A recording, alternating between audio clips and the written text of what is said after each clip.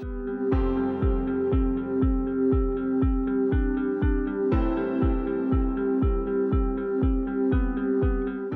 learners and viewers, today we are going to see Indian national movement, the lesson which is inculcated in the semester 3, and now we will see how the Indian national movement has happened. Before that, we will see what are the causes for the rise and growth of Indian national movement. The causes for the rise and growth of Indian nationalism, first we should see how the understanding of contradiction between India and colonial interest. Till 1947, we were under the colonial rule of British Parliament, and British Crown was our ruler, and we have not achieved our sovereignty then, and the India has been utilized and crunched by the British rulers, and then it has been difference between the India and what is the nation state and colonial interest.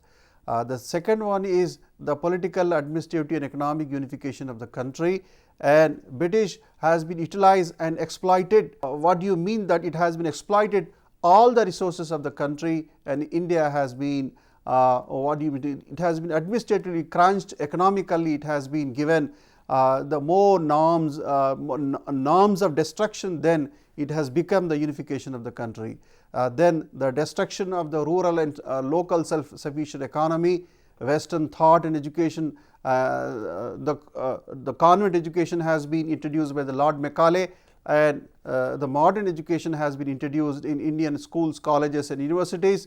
Then the progressive character of socio-religious reforms by so many scholars and philosophers of this country, and then the slow rise has begun in India for the growth of Indian nationalism. And now we will see the Indian national movement between 1885 to 1947.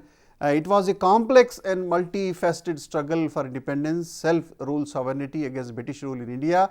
It emerged in the late 19th century and continued until 1947, involving various ideologies, strategies and movements. As we can see, it has been divided, the Indian national movement has been divided into three phases: moderate, extremist and Gandhian era. Now we will see what is moderate phase that was happened 1885 to 1905. So this phase has began through the foundation of Indian National Congress in 1885 by A.O. Hume to represent Indian interest under British rule. Now moderates like Dadabhai Naoroji and Gopal Krishna Gokhale believed in dialogue, petitions and constitutional reforms to achieve self-rule. It is a very peaceful peaceful moment during this period. Now economic critique, it has been highlighted the British exploitation of Indian resources, especially through Dadabhai Naoroji of concept of drain of wealth, limited demands. The moderates sought more representation for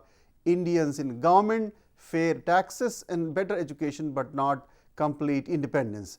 Now what has happened in 1905, we know the partition of Bengal. This British decision angered many Indians and marked the end of the moderate phase, leading to more radical approaches in the freedom struggle. Now the extremist phase of Indian National Congress, now you are seeing these the great freedom fighters of the country. It has begun in 1905, in 1917. We will call them Lal Bal Pal. How they have ruled lead this extremist movement of Indian national movement. Now these figures like Bal Gangadhar Tilak, Bipin Chandra Pal and Lala Lajpat Rai demanded complete self-rule Swaraj for India. They criticized the moderates' peaceful methods, advocating mass protest, boycotts of British goods and Swadeshi concept. Now the partition of Bengal fueled widespread anger, with extremists leading the anti-partition movement and nationalistic campaigns.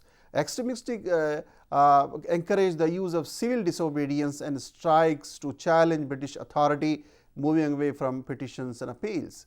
The split of Indian National Congress 1907 at the Surat session saw moderates and extremists part ways, weakening the movement until they reunited later. The Gandhian era begins in 1920 to 1947. These 27 years have been led by the great father of the nation, Mahatma Gandhi. Now this era emerged as a key leader. He has been emerged as a key leader and promoting non-violent resistance, satyagraha, as the main tool for India's freedom struggle. The non-cooperation movement started in 1920. During this rule, we saw the mass boycotts of British institutions, schools and goods aiming to make India self-reliant. The self-disobedient movement 1930, highlighted by the Salt March, involved breaking British laws and refusing to pay taxes. Gandhi launched the Quit India movement in 1942, demanding an immediate end of British rule and calling for mass civil disobedience. India's independence was finally achieved in 1947, but it came with the partition of India and Pakistan, leading to widespread violence and displacement. Now, what are the political developments happened during this moment? We will see in detail. Jallianwala Bagh, non-cooperation movement and the Khilafat movement. Simon go back, then we see new forces within the Congress, civil disobedience movement, Gandhi-Irwin Pact, Second Roundtable Conference, Communal Award, Pune Pact, Quit India movement. Now we will see the details of these political developments of Indian national movement during this period. Now, Jallianwala Bagh, we see how this has been destroyed. The people, killed the nationalist persons who have been gathered peacefully in 1919 near the Amritsar Jallianwala Bagh. It was the park. The peaceful gathering was shot down and killed in 1919 mercilessly by the British rulers. General Dyer was responsible, who was ordered for open fight on a crowd of unarmed killings, killing hundreds. Now, non-cooperation movement and Khilafat movement was the major landmark of Indian national movement. It has been led by the Gandhiji, called for Indians to boycott British institution in goods. Then Khilafat movement aimed to support the Ottoman Khilafah and strengthen Hindu-Muslim unity against British policies. In 1928, the government of England, the British government has sent John Simon, which has came to India, faced strong protests from Indians for ignoring Indian representative. There was no Indian representativity in that commission. The slogan "Simon Go Back" expressed widespread discontent with the Commission's exclusion of Indian voices. Then new forces within the Congress, it has been emerged by the younger, more radical leaders like Subhash Chandra Bose, advocating for more aggressive anti-colonial actions. The Congress party saw increased demands for complete independence rather than dominion status. In 1930, Gandhiji has led another civil disobedience movement. Non-violently resistance against British laws such as salt tax encourage Indians to break laws non-violently and embrace self-reliance through acts like making the salt from seawater. Then Gandhi-Irwin Pact in 1931, agreement between Gandhi and British Viceroy Lord Irving to end the civil disobedience movement. Gandhi agreed to suspend protest and British government concluded some concessions like the release of political prisoners. This you have seen the Jallianwala Bagh situated in Amritsar, Punjab. Near it has been violently shot down by the General Dyer. Officially 347 were killed, but more than unofficially it was witnessed that more than 1,000 people were killed mercilessly and more than 1,000 people were injured in this massacre done by the General Dyer of British government. You have seen this earlier. The 1919 April 13, General Dyer ordered British troops to fire into the large crowd gathered in Jallianwala Bagh, Amritsar, to protest the repressive Rowlatt Act. The crowd, consisting mainly of women and children, was attending a peaceful gathering and had no means of escaping the walled garden. The troops continued firing for about 10 minutes, resulting in over 370 deaths. It is only a official figure, but it has more than 1,000 and more than 1,200 injuries according to official figures. Estimates vary. So, it is to quote unquote estimates vary. The incident was met with widespread outrage and condemnation in India and internationally deepening anti-British sentiment. This massacre led to increased political mobilization, fueling demands for Indian self-rule and contributing to the rise of movements such as the non-cooperation movement. And this non-cooperation movement and Khilafat movement we will see in next slide. The non-cooperation movement launched by Gandhiji in 1920 urged Indians to withdraw support from British institutions including courts, schools and government services. It encouraged the boycott of British goods, services and honors, promoting self-reliance through the use of Indian made products. The Khilafat movement led by Shaukat Ali and Muhammad Ali aimed to protect the Ottoman Caliphate after World War I, resonating with Indian Muslims. The Khilafat movement sought to forget Hindu-Muslim unity by aligning with the non-cooperation movement, fostering a broader anti-colonial front. Together, these movements mobilized large sections of Indian society, intensifying pressure on the British government and contributing to a heightened sense of national identity.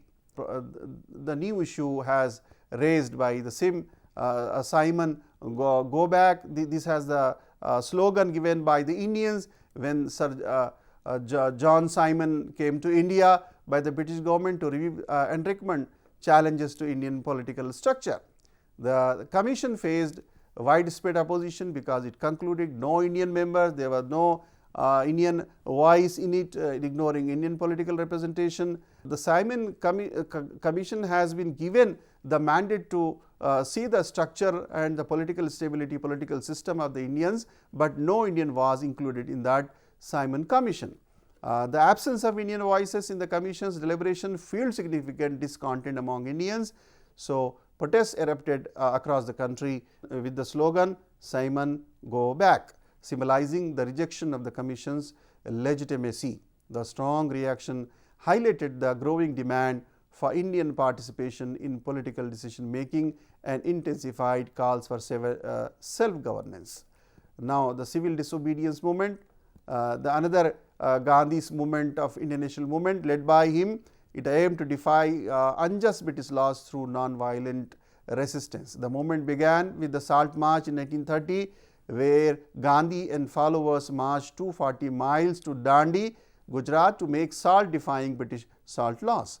Millions of Indians participated by boycotting British goods, refusing to pay taxes and staging protests. The movement gained massive support from farmers, laborers and women, making it a truly national struggle. Though the movement was temporarily halted in 1931 after the Gandhi-Irvine Pact, it reignited later and laid the groundwork for further resistance against British rule. Now, the Gandhi-Irvine Pact, how this agreement and between Gandhi and Irvine impact on the Indian national movement. The Gandhi-Irvine Pact was an agreement between Mahatma Gandhi and British Viceroy Lord Irvine, signed on March 5, 1931. It marked the end of the civil obedience movement as Gandhi agreed to suspend the movement and to participate in the second round table conference. In return, the British government agreed to release the political prisoners who were not involved in violent activities and allow peaceful picketing of British goods. The pact also allowed Indians to make their own salt, addressing one of the key issues of the movement. Despite the agreement, the second round table conference ended without any major results, and Gandhi soon resumed his struggle for full independence. Now, the second round table conference held in 1931 and this was held in London from September to December 1931, bringing together British officials and Indian leaders. Gandhi represented the Indian National Congress, while other prominent figures including Muslim League leader Muhammad Ali Jinnah and various princely states representatives. The conference aimed to address constitutional reforms and discuss the future governance structure of India, but it struggled to achieve a consensus on key issues. Gandhi used the opportunity to press for greater self-rule and to advocate for rights of the Indian population, especially regarding separate electorates and communal representation. Although the conference did not result in immediate agreements, it paved the way of the subsequent Gandhi-Irvine Pact and set the stage for further negotiations, which is lead to the Government of India Act 1935, which is a significant act which has now we are following some of the federal features and other salient features of our constitution. Now, the communal award in Pune Pact between these great national figures. Now, the communal award during 1932 gave separate electorates to various communities in British India, including Hindus, Muslims and Sikhs. It was criticized for fostering division and weakening the unity of the Indian independence movement. The Pune Pact 1935 was a compromise between Dr. B.R. Ambedkar and Mahatma Gandhi after Gandhi protested the communal award. The pact allowed reserved seats for Dalits in legislatures, but within a single Hindu electorate, not separate ones. This agreement helped maintain Hindu unity and address the need for Dalit political representation. The Quit India movement, another movement, the great movement led by Mahatma Gandhi ji. It was began in August 1942, led by Mahatma Gandhi and all the other Indian National Congress leaders, demanding an end to British rule in India. It was a mass protest during World War II, triggered by the failure of the Cripps mission, which offered limited self-government but was rejected by Indian leaders. The movement called for a complete withdrawal of the British from India and was marked by widespread demonstrations, strikes and acts of civil disobedience. The British response was harsh, with mass arrests, including Gandhi and other Congress leaders, and suppression of protests. Despite the crackdown, the Quit India movement raised the demand for independence and showed India's desire for self-rule. Now, I will conclude this advent of independence. The advent of independence in India culminated on August 15, 1947, when India gained freedom from British colonial rule. The Indian Independence Act of 1947, passed by the British Parliament, officially ended British rule and partitioned in India into two separate states, India and Pakistan. Key leaders like Mahatma Gandhi, Jawaharlal Nehru and others played crucial roles in negotiating and achieving independence. The end of British rule was preceded by extensive struggle, including movements like the Quit India movement and various negotiations between Indian leaders and the British government. Independence led to significant changes, including the reorganization of Indian states and the establishment of a new democratic government in India. So, dear learners, we have seen how the Indian national movement has begun nearly more than a century or nearly 1 century in 1885 to 1947 in the three different stages like moderate movement, extremist movement and Gandhian era, and last 27 years was very crucial, and it has been led by Mahatma Gandhi through Satyagraha and Ahimsa, and through non-violent measures we have achieved so many things, and the key was Quit India movement, which was led in 1942 by the great leader Mahatma Gandhi. So, these are the key aspects and key phases of our Indian national movement, and what we have seen that the key factors of our Indian national movement was we have ended through this nationalist movement, ended colonial exploitation, established democratic governance, promoted national unity and identity, empowered marginalized communities and inspired global and anti-colonial movements, shaped India's constitutions and institutions. Though it has been gone through the Indian constitutional journeys like Government of India Act 1909, Government of India Act 1919 and Government of India Act 1935, it has been truly the impact of Indian national movement led by all the great leaders. That is why we have gained the independence, and we have now a sovereign nation, and we have to see and we have to check how the spirit and how it has been led by the leaders, and we have to protect our independence and we have to protect our soul of independence, so then we can see the Vikasit Bharat in the coming days. Now, we will see the causes for the rise and growth of Indian nationalism and how the nationalism has begun in many phases over the years and over the happenings of the British Parliament has been British government, British people have been made the various acts accordingly. on the demands and or the agitations and protests during this colonial era. So, we will see what are the causes for the rise and growth of Indian national movement, how it has been emerged and it has been led by the various peoples, and how the beginning of nationalism incurred and happened in this era. The first thing we will see the understanding of contradiction between India and colonial interest. Colonial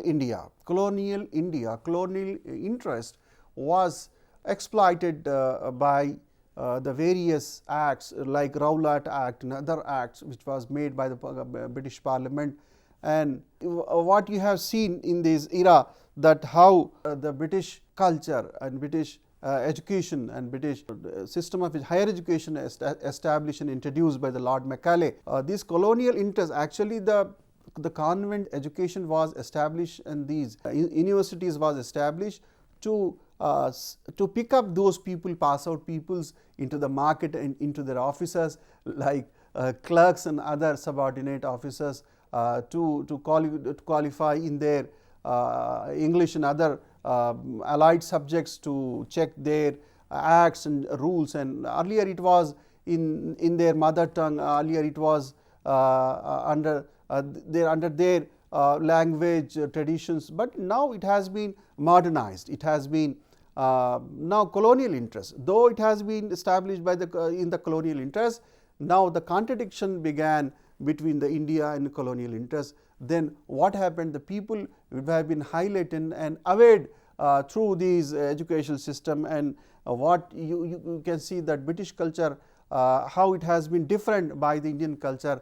So the people of India, the hidden spirit of nationalism, what you think, that this has been a very beginning of Indian nationalism, and the political, administrative, economic unification of the country. The entire, what you see, the princely states and other British administrative states, the British India has been enacted so many political rules, political acts, administrative reforms, and so that economic rules, so that what happened, this unification, these reforms have been unified the entire country, and this has been led to and what happened, the railways have been established, the communication, the telephone lines have been erected in so many offices. The press has been, though it has been controlled, though it has been censored by the British government, but what happened, the voice of the leaders have been communicated to the people of India. It has been unified to, it has been one of the reasons of unification of the country, the people of the country. And what happened, the destruction of the rural and self-sufficient economy, and after the brain drain theory, it has been the wealth drain theory, which has been introduced by Dadabhai Naoroji. The raw material has been destructed and destroyed and exploited, and it has been exported to the England, and the raw material like cotton, other cereals and other all type of mineral wealth has been destroyed, and it has been exported to the England, and the same the material which has been produced in the British industries has been now then exported to the India. The local, the rural economy and the local self-sufficiency of the economy has been destroyed, and this exploitation led to the anger among Indians, so that what happened, the rural, the self-sufficient economy of India destructed, and this destruction led the anger among Indian citizens and Indians, and what happened, these people have been participated the Indian national movement, and the widespread anger led to the speed of Indian national movement, especially during 1920 to 1947. As I have said, the Western thought and education. What is Western thought? The Western thought has been taught in it was in the British universities. Now it has been introduced by the Lord Macaulay in Western universities. Now it has been taught in Indian schools and higher education system. The unity, the sovereignty, the equality, the concept of sovereignty and the concept of nation state were taught in the Indian schools and universities and higher education system. The people which was not aware of what is sovereignty, what is equality, what is freedom, what is liberty, now they have been introduced, they have been now aware the what is sovereignty and what is the nation state, what was a nation state. Now they have been aware and they have opened their eyes and then raise their voices through educational awareness, through their education system, through Western political thoughts, and aware through their culture and education. So Western thought and education has been created for the rise and growth of Indian nationalism, and modern education also gave the path to the system. Earlier it was the traditional education was in other medias, in vernacular languages. Earlier it was no organized education system. Now British modern education system has been introduced in like universities, and it has been introduced in so many major cities of India. It has been introduced the system of education in Chennai, in Mumbai and other cities, other states of princely states. What happened after introduction of modern education? The people of India have been aware and awakened, and then they realized that what is sovereignty, what is freedom, what is independence, what is equality, how the people have been gained independence, and how revolutions have been happened in the previous happenings like revolution of France and liberty of other people of across the world. Now modern education has given the pave to the independence of the country. The progressive character of the social religious reforms. So many Raja Ram Mohan Rai fought against